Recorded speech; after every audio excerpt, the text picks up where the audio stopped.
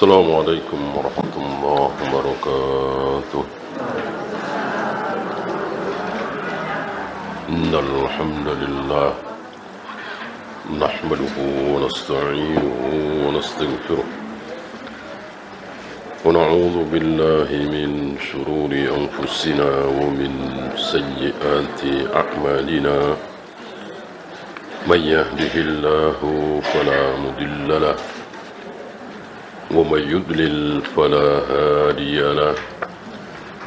أشهد أن لا إله إلا الله وحده لا شريك له وأشهد أن محمدا عبده ورسوله وبعد. Insyaallah pagi ini kita akan bahas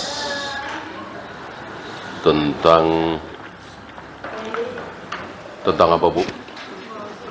Iya. Nama-nama Allah.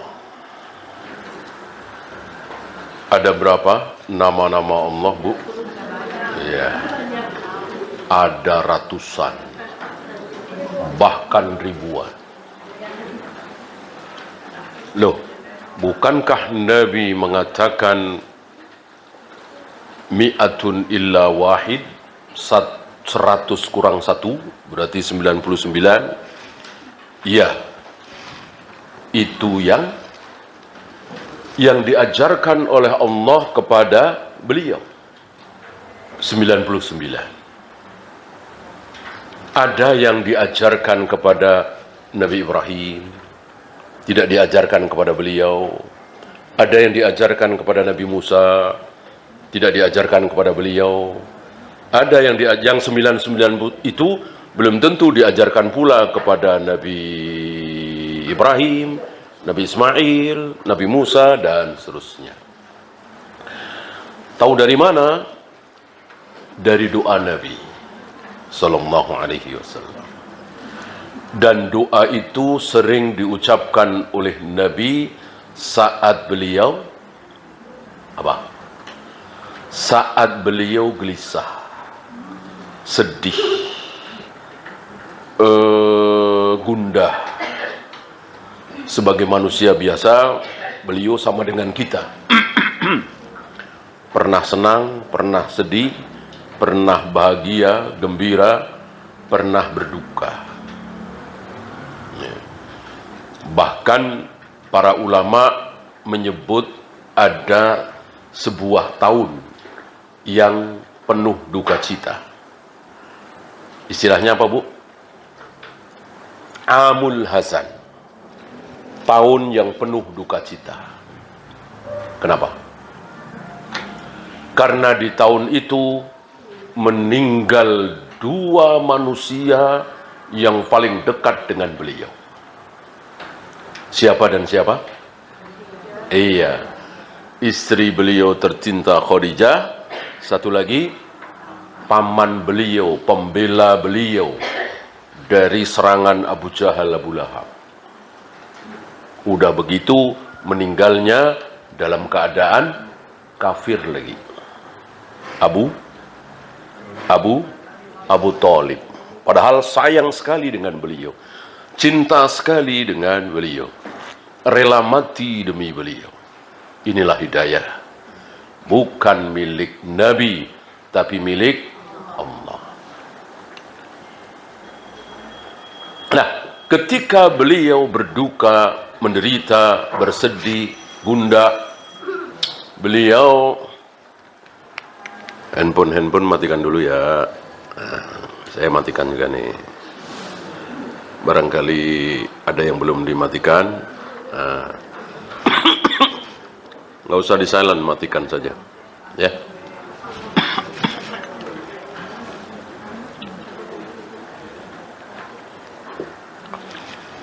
Saat beliau sedih, gundah, gelisah, beliau sering mengucapkan kalimat tadi, zikir tadi, doa tadi. Allahumma inni abduka wabnu abdika wabnu amatik nasiyati biyadik madin fi khalquk wa adlun fi qada'uk. Terus lumayan panjang sampai dengan sebuah permohonan. As'aluka bi ismin huwalak. Aku memohon kepada engkau ya Allah dengan nama-namamu yang telah engkau ajarkan kepadaku dan dengan nama-namamu yang belum engkau ajarkan kepadaku dan dengan nama-namamu yang belum engkau ajarkan kepada siapapun selain engkau. Nah, berarti dari kalimat ini ada nama-nama Allah yang tidak ada yang tahu.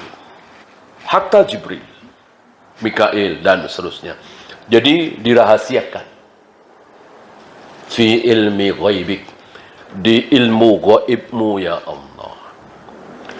Dari ucapan Nabi ini menunjukkan bahwa banyak nama-nama Allah yang masih dirahasiakan. Lalu bagaimana yang 99 itu? Gimana tadi? Yang 99, kok ada angka 99 dari mana? Yang mana? Nama Allah yang apa? Yang diajarkan kepada Nabi Muhammad SAW. Yang ada di Al-Quran dan Sunnah. Itu pun bukan satu persatu disebut oleh Nabi. Tidak. Nabi tidak pernah mengatakan 99 nama Allah adalah satu, Ar-Rahman, Ar-Rahim, Al-Malik, Al-Quddus, As-Salam, Al-Muhaimin, terus sampai terakhir 99. Enggak ada. Itu hadis mudraj. Mungkin Ibu tahu, hadis mudraj adalah hadis sabda Nabi, tapi kemasukan ucapan perawi. Itu suka ada seperti itu. Seperti Nabi mengatakan, innal mu'mina jaa'a yaumal qiyamati ghurran muhajjalin min atharil wudu.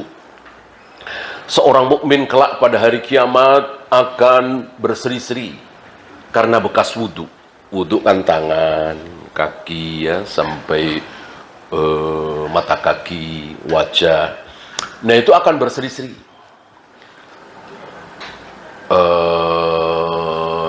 Dada, perut, paha, betis, ya tidak kan, bukan anggota wudu itu. Sampai di situ sabda Nabi. Tapi kemasukan ucapan perawi, faman syaa ayyutila ghurrahu falyaf'al. Barang siapa yang ingin memanjangkan bekas wudunya, silahkan lakukan. Kalau wudu biasanya sampai mata kaki, ya panjangkan sampai ke dengkul. Kalau wudu biasanya sampai ke siku, panjangkan sampai ke pangkal lengan. Biar berseri-serinya lebih panjang. Ini bukan sabda Nabi. Ini kemasukan ucapan perawi. Istilahnya hadis apa tadi Ibu? Mudraj. Nah, termasuk Asmaul Husna itu. Termasuk Asmaul Husna itu hadis mudraj. Jadi Nabi hanya mengatakan man ahsaha dakhalal jannah. Allah memiliki nama-nama yang bagus, yang indah, jumlahnya 99. Barang siapa yang mengahsa nama-nama tersebut, dia masuk surga. Nanti kita bahas ahsa itu apa. Karena sering diterjemahkan dengan menghafal, titik. Menghafal, titik, maka dihafal saja. Ar-Rahman artinya apa nggak tahu. Al-Quddus artinya apa nggak tahu. Apa bedanya Ar-Rahman dengan Ar-Rahim nggak tahu, tapi hafal. Karena ahsa tadi hanya diterjemahkan dengan menghafal. Dan jelas ini keliru. Nanti kita bahas ahsa itu apa. Barang siapa yang mengahsa nama-nama 99 itu, dijamin masuk surga. Dakhalal jannah. Titik sampai di situ sabda Nabi. Oleh seorang perawi dimasukkan. Kemasukan ucapan perawi apa? Adapun nama-nama yang 99 itu adalah Ar-Rahman, Ar-Rahim, Al-Malik, Al-Quddus, As-Salam, terus sampai 99. Ini tidak sahih karena bukan sabda Nabi. Nah, para imam diantaranya Syekh Utsaimin, Syekh bin Baz mengatakan bahwa tidak disebutkannya 99 nama Allah itu mirip-mirip dengan apa kira-kira? Tidak disebut, tapi penting sekali. Tapi tidak disebut kapannya. Padahal keutamaannya luar biasa. 1:1000. 1000 bulan. Lailatul Qadar. Ibu tahu malam berapa Lailatul Qadar? Enggak tahu kan? Kalau enggak 21, 23. Kalau enggak 25, 27, 29. Antara itu. Rasul pun juga tidak tahu. Antara itu. Dan apakah malam ini ketika malam Ramadan terakhir ya, apakah ini malam genap, malam ganjil? Ibu ngitung, oh genap, oh ganjil. Padahal genap. Mungkin nggak Bu? Mungkin nggak? Mungkin. Ibu ngitung, oh genap, padahal ganjil. Mungkinkah? Mungkin. Dari sini para sahabat tidak ada pilih-pilih. Asal ada waktu, asal badan sehat, ya, menghidupkan malam. Nggak lihat mau malam genap, mau malam ganjil. Karena hitungan bisa salah. Apalagi hari ini ya kan.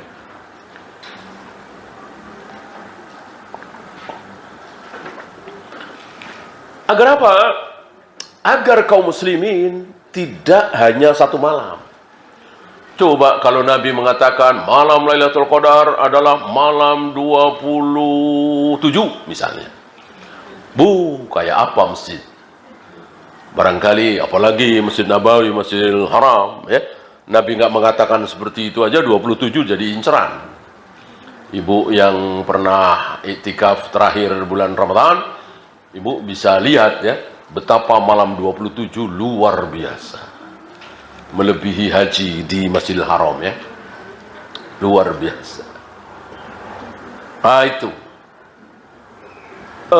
Tidak disebutkannya 99 nama Allah itu agar para ulama beristihad, bersungguh-sungguh. Yang mana saja. Ya tentu ibu yang baca Al-Quran, sedikit banyak tahu artinya, apalagi faham bahasa Arab, insya Allah bisalah, nemulah bangsa 20-30 mah ya. Yang ibu yakin itu nama Allah apa? Ar-Rahman, apalagi? Ar-Rahim, apalagi? Al-Quddus, Al-Malik, Al-Muhaimin, Ar-Razzaq. Insya Allah tahulah ya. Walaupun barangkali tidak sampai 99. Karena memang tadi menghafal itu bukan yang dimaksud oleh Nabi jaminan surga. Man ahsaha dakhalal jannah, barang siapa yang mengahsa nama-nama tersebut dijamin masuk surga. Apa ahsa yang dimaksud? Ini pembahasan kita. Insya Allah kalau Allah izinkan, kita akan bahas Ar-Rahman itu apa, Ar-Rahim itu apa, ya. Misalnya, ibu, mungkin ada yang nanya, ya, banyak orang-orang awam yang nanya, itu Yahudi kan jahat tuh, itu orang-orang kafir kan jahat tuh, nggak pernah ruku, nggak pernah sujud, nggak beriman, bahkan nggak pernah mandi junub, menzolimi kaum muslimin. Tapi Allah bikin tidur nyenyak, makan enak. Yang bikin orang-orang kafir makan enak, tidur nyenyak siapa? Ya tentu Allah. Semua perbuatan Allah, ya kan? Nah, mungkin ada yang bertanya, kenapa Allah begitu? Udah tahu kafir. Dan Allah kan pasti tahu akan kafir terus apa tidak, kan Allah tahu. Jahat, dolim, nggak pernah ruku, nggak pernah sujud. bahkan menghina Allah. Kenapa Allah nggak kasih mati saja, dibinasakan saja? Kenapa justru diberi kekayaan luar biasa, makan enak, tidur nyenyak, dan seterusnya? Jawabannya apa? Nah, jawabannya karena Allah mempunyai nama Ar-Rahman. Karena Allah punya nama Ar-Rahman. Kalau setiap orang kafir dibunuh, jahat dibunuh, zalim dibunuh, dibinasakan, dibelangsakan, Allah bukan Ar-Rahman kalau begitu. Ya.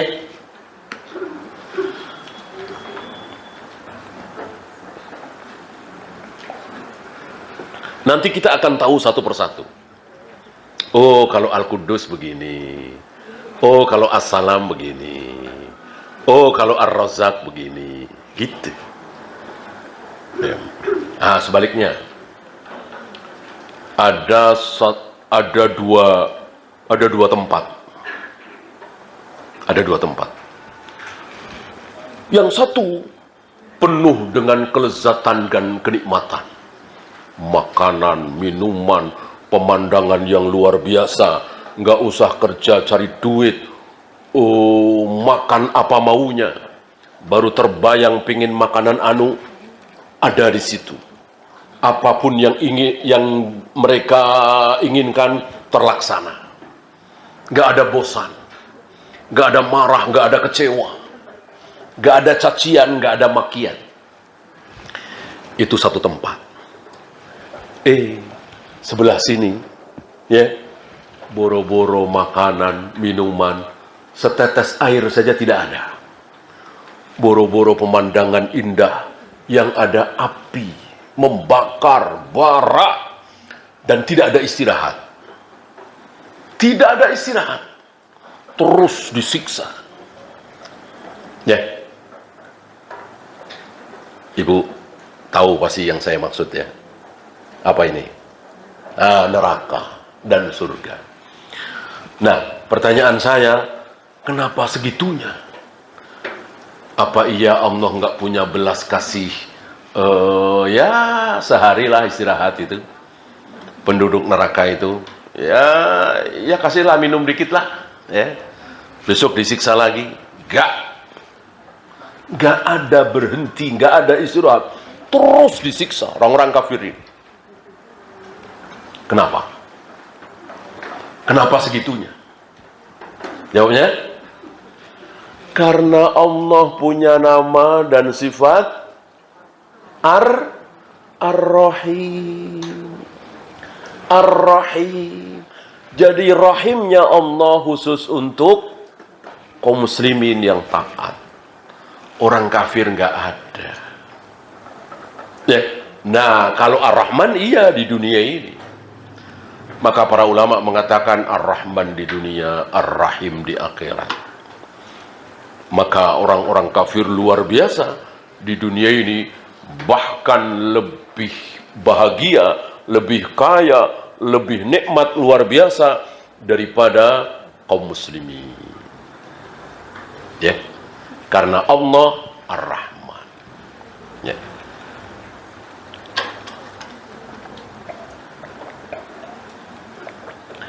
Jadi nama-nama Allah itu masing-masing punya apa, Bu?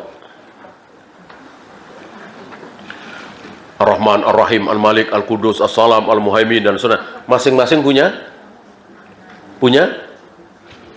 arti. Ya. Nggak ada yang tanpa arti. Beda dengan nama manusia, nama malaikat, nama jin. Jibril artinya apa, Bu? Mikail? Israfil? Adam? Idris artinya apa, Bu? Nuh, Hud, Ibrahim, Ismail artinya apa? Abu Bakar, Umar, Utsman, Zubair, Tolha artinya apa? Nggak ada. Nggak ada artinya. Emang nama manusia tidak seperti nama Allah. Nama Allah ada artinya. Nama manusia nggak perlu ada artinya. Adam, Idris, Nuh, Ibrahim, Ismail, Ishak, Yakub, Abu Bakar, Umar, Utsman, Zubair, Tolha. Nggak ada artinya. Umumnya nggak ada artinya. Karena nama itu nggak harus ada artinya. Nggak kayak kaum kita.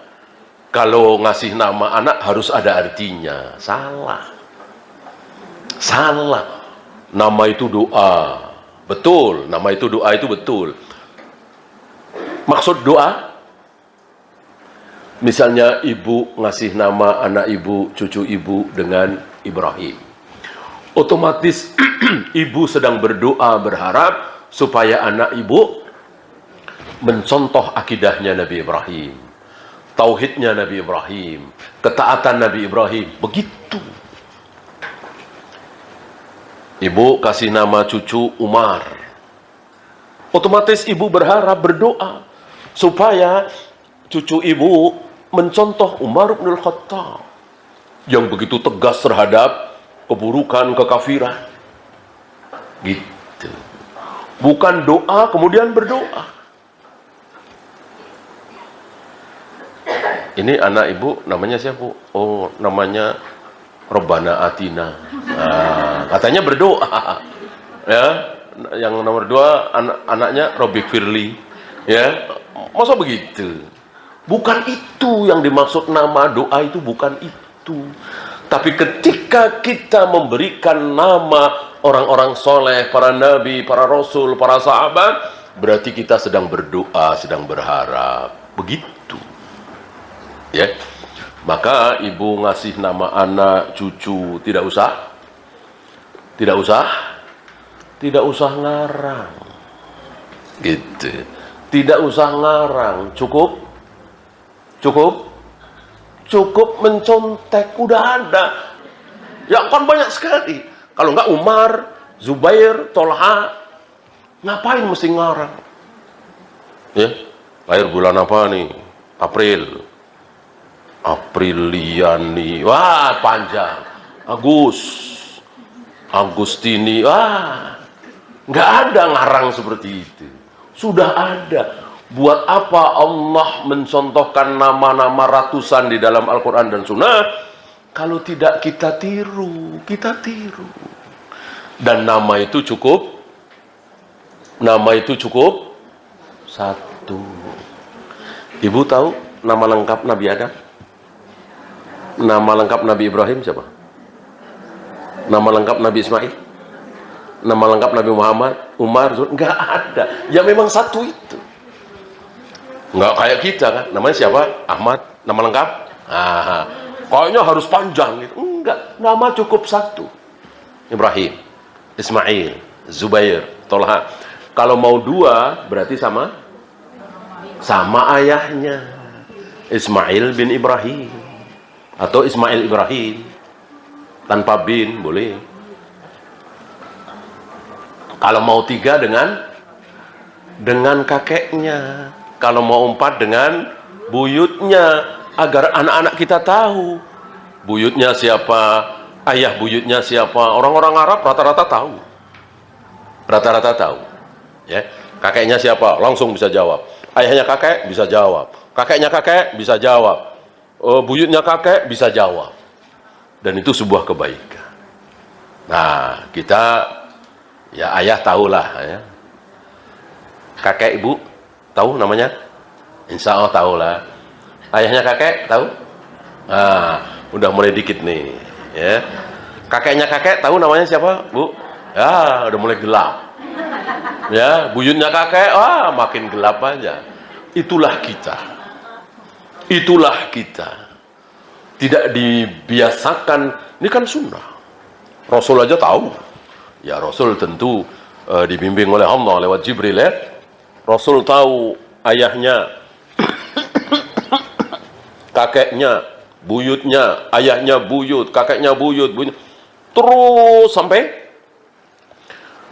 Nabi Ibrahim. Ya. Abu Bakar salah satu yang dipuji oleh Nabi karena mengetahui silsilah. Di ilmu silsilah termasuk ilmu dalam salat. Bukan untuk bangga-banggaan ya. Untuk mengetahui saja, bukan untuk bangga-banggaan.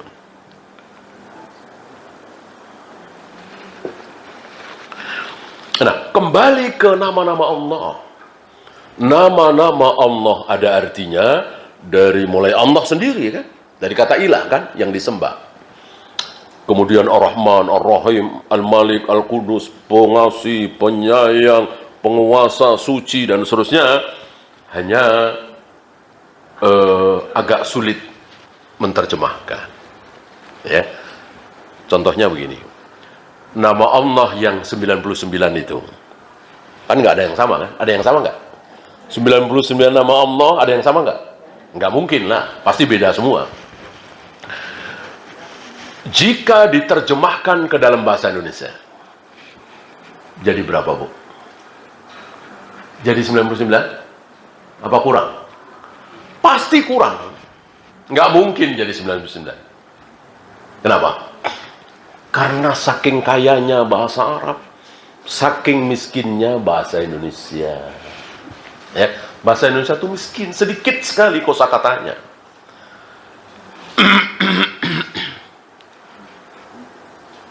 Kambing kecil namanya apa, Bu? Iya, kambing aja kan. Miskin, ya. Masih kalah sama bahasa Jawa, ya. Ada cempe, ada pedet, ya, ada belu, ya.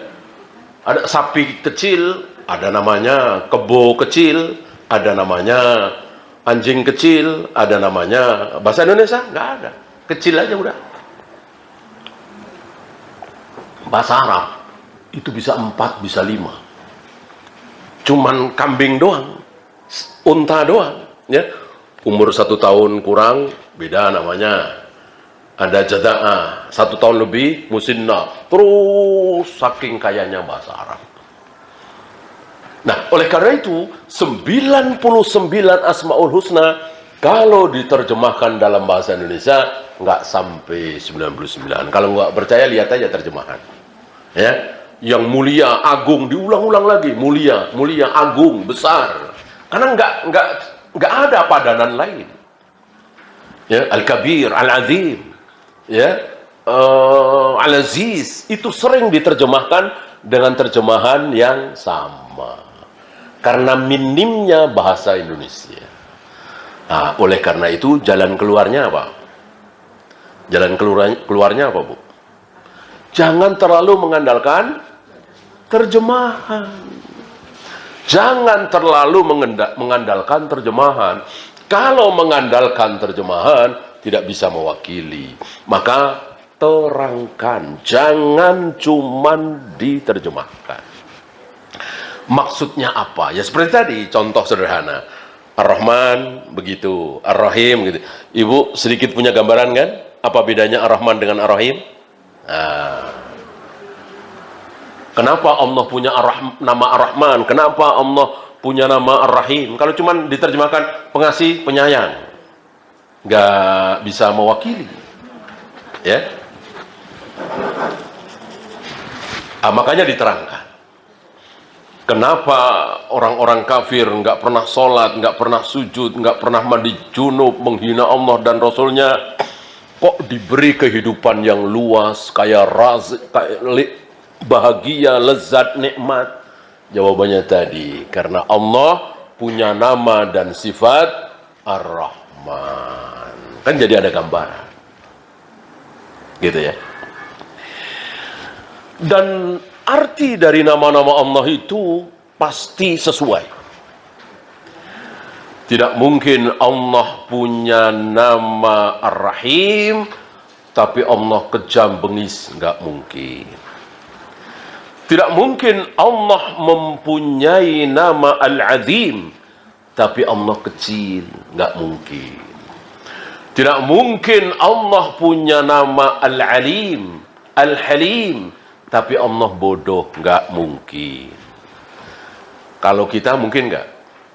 Ada orang namanya Agung, tapi badannya kecil, gitu. Tapi namanya Agung, ada nggak? Ada. Nah, itulah kita. Antara nama dengan kenyataan berbeda, dengan sifat berbeda. Ada namanya Soleh, Pak Soleh, tapi jarang sholat, malah suka minum khamr, padahal namanya Soleh. Ada nggak? Ada. Ada lagi namanya Selamet, ya, tapi celaka mulu, padahal namanya Selamet. Bentar jatuh, bentar kepleset, padahal namanya Selamet. Kan nggak sesuai. Kalau Allah nggak mungkin seperti itu. Ya, kalau kita mungkin. Nah, karena kita mungkin, jangan kasih nama anak kita seperti itu. Siapa? Takwa. Siapa? Iman, Islam, Muslim, mukmin. Jangan ya. Apalagi takdir, ya. Hati-hati tuh ngasih nama takdir. Kan belum tentu anak kita, cucu kita yang kita kasih nama takdir orangnya jujur, ya. Kalau dia penipu, bisa aja kan. Penipu namanya takdir. Orang-orang banyak ditipu. Orang-orang bilang, mulai sekarang saya nggak percaya lagi sama takdir. Kan nggak enak banget dengernya. Nggak percaya sama takdir. Ya, kan nggak enak kalimatnya didengar, ya. Padahal yang dimaksud si takdir itu, yang tetangganya Pak RT itu. Tapi didengarnya kan nggak enak. Mulai sekarang nggak usah percaya sama takdir lah. Menipu dia. Nah, itu Nabi.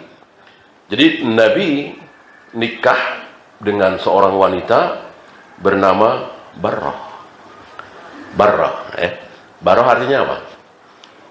Barrah itu artinya bagus, baik, kebagusan, kebaikan. Barrah. Lalu dinikah oleh Nabi. Oleh Nabi diganti namanya, bukan Barrah lagi, tapi Zainab.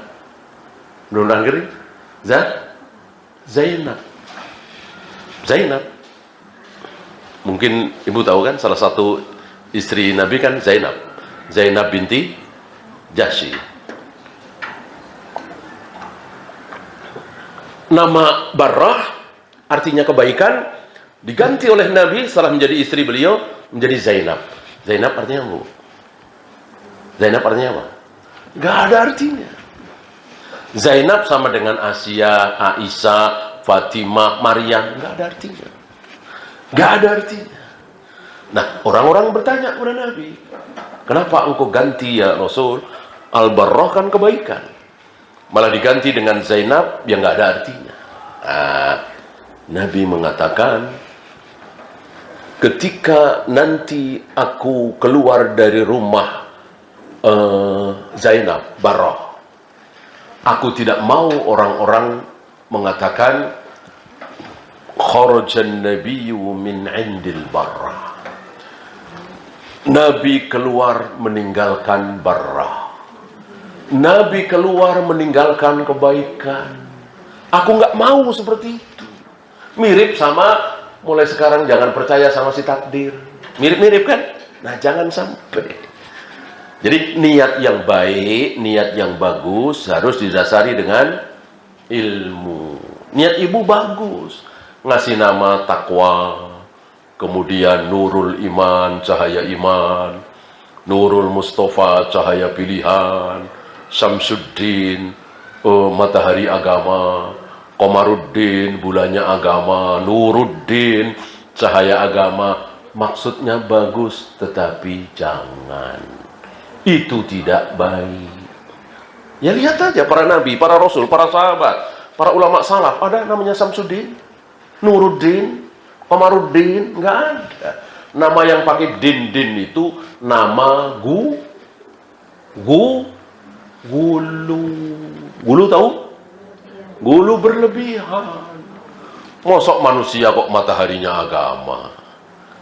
Mataharinya agama itu para nabi, para rasul.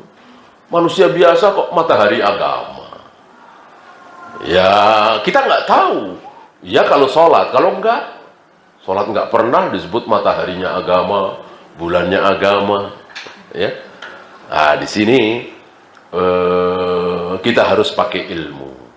Jangan hanya bermodal semangat. Ya.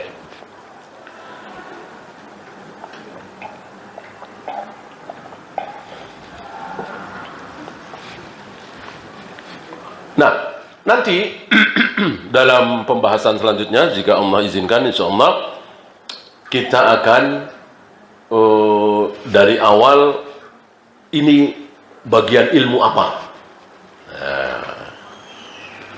Kalau menurut Ibu yang akan kita bahas ini ilmu muamalah, munakahah, fikih, apa-apa? Apa? Tauhid. Bukan fikih lagi.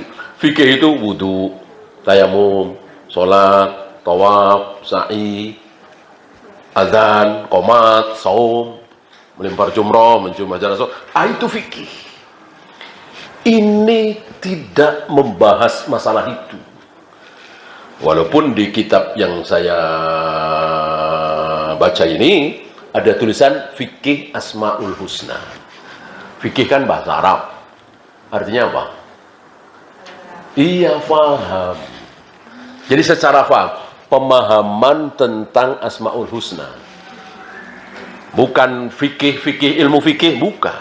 Ini tauhid. Ya. Yang membahas tentang Allah. Masa bukan tauhid? Yang dibahas Allah. Ini tidak membahas Rasulullah, tidak membahas sholat, tidak membahas saum, wudu, qomat, tayamum. Enggak. Yang dibahas adalah zat yang maha besar. Maka ilmu ini ilmu kecil apa ilmu besar? Besar sekali. Yang dibahas maha besar. Masa ilmunya kecil? Gitu ya.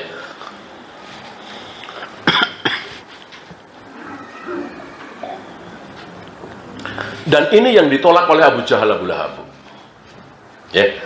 Kalau Rasul sekedar ngajarin, ayo wudu, ayo sholat. Sebelum sholat azan ya, kemudian qomat ya. Abu Jahal, Abu Lahab nggak marah. Nggak marah. Ya biarin aja. Ya. Justru Abu Jahal, Abu Lahab marah karena tauhidnya berbeda, akidahnya berbeda. Ambil contoh Bismillahirrahmanirrahim. Ya. Masih ingat perjanjian apa? Hudaybiyah. Cukup panjang perjanjian itu. Nah, Nabi mengawali perjanjian Hudaybiyah dengan kalimat Bismillahirrahmanirrahim. Abu Jahal, Abu Lahab waktu itu diwakili oleh Abu Sufyan ya. Abu Jahal udah mati, ini kan setelah perang Badar. Abu Jahal mati dalam perang Badar kan. Coret. Bismillahirrahmanirrahim, coret apanya? Ar-Rahman Ar-Rahim. Ya, Bismillahnya enggak. Surganya apa? Bismillahi Allahumma. Kalau Bismillahi Allahumma, orang-orang kafir Quraisy, jahiliyah, Abu Jahal, Abu Lahab terima. Kalau Bismillahi Allahumma. Kalau Bismillahirrahmanirrahim, ini yang ditolak oleh Abu Jahal. Apa itu? Ar-Rahman. Apa itu Ar-Rahim? Nggak ada. Nah, ditolak. Nama-nama Allah ditolak. Sifat-sifat Allah ditolak oleh Abu Jahal, Abu Lahab. Ya. Dan ini siasah Nabi mau menghapus. Ya. Bahkan lebih dari itu, Muhammad Rasulullahnya hapus. Oleh Nabi, ya, dihapus. Ya. Nabi bertanya kepada Ali bin Abi Thalib, mana? Kan beliau kan tidak bisa baca, tidak bisa menulis ya. Mana? Tulisan Rasulullahnya mana? Tulisan Ar-Rahman Ar-Rahim dihapus oleh beliau. Diganti Muhammad bin Abdullah. Bismillahirrahmanirrahim diganti dengan Bismillahi Allahumma. Padahal Bismillahi Allahumma kalimat yang hak apa kalimat yang batil, Bu? Bismillahi Allahumma. Kalimat yang hak apa kalimat batil? Kalimat hak. Nah, jadi ibu jangan menganggap bahwa Abu Jahal Abu Lahab dari alif sampai ya salah semua. Enggak. Banyak kebenaran pada diri Abu Jahal Abu Lahab, banyak kebaikan. Yang ibu tahu, Abu Jahal Abu Lahab, kafir Quraisy itu baiknya apa? Yang ibu pernah dengar? Kafir Quraisy, musuh Nabi itu punya kebaikan apa? Sangat menghormati tamu. Apalagi sangat benci dengan kebohongan. Apalagi sangat menghormati bulan haram. Ibu tahu bulan haram ada berapa? Ada 4. Bisa sebutkan? Dzulqa'dah, Dzulhijjah, Muharram, Rajab. Bulan haram dihormati oleh Abu Jahal Abu Lahab.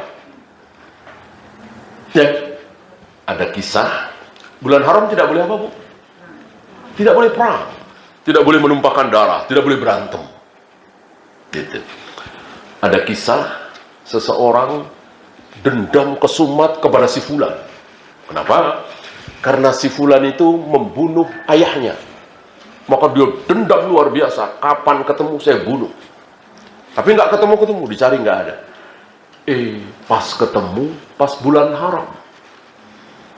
Boro-boro membunuh, nyolek aja nggak berani. Itu saking mereka takzim terhadap bulan haram. Itu baik apa buruk? Baik. Syariat Islam diteruskan oleh Islam. Itu kan syariatnya Nabi Ismail. Masih tersisa pada diri Abu Jahal Abu Lahab. Ya. Bahkan mudah-mudahan ibu bisa jawab, Abu Jahal Abu Lahab menyembah Allah apa tidak? Abu Jahal Abu Lahab menyembah Allah apa tidak? Menyembah, tapi caranya yang salah. Bukan Allah doang yang disembah. Allah disembah, Lata, Uzza, Hubal, Manat juga disembah. Walaupun dia nggak ngaku. Abu Jahal Abu Lahab nggak ngaku. Nggak ngaku kalau menyembah Lata, Uzza, Hubal, Manat. Ngakunya cuma menyembah Allah doang. Tapi secara kenyataan menyembah Lata, Uzza, Hubal, Manat. Dan itu diabadikan oleh Allah di awal-awal surat Az-Zumar. Ma na'buduhum illa liyuqarribuna ilallahi zulfa. Abu Jahal Abu Lahab mengatakan, kami tidak menyembah Lata, Uzza, Hubal, Manat, tidak. Kami cuman menjadikan Lata, Uzza, Hubal, Manat itu, ibu tahu kan, Lata, Uzza, Hubal, Manat itu siapa? Iya, orang-orang soleh yang sudah meninggal. Orang-orang baik, orang-orang soleh yang sudah meninggal. Lalu diwujudkan dalam bentuk patung. Nah, kata Abu Jahal Abu Lahab, kami tidak menyembah Lata, Uzza, Hubal, Manat. Kami cuman menjadikan mereka perantara antara diri kami dengan Allah. Kami orang kotor, Allah bersih. Untuk menuju Allah yang bersih harus lewat orang-orang yang bersih. Ada yang berkeyakinan seperti itu, saudara-saudara kita? Itu Abu Jahal Abu Lahab seperti itu.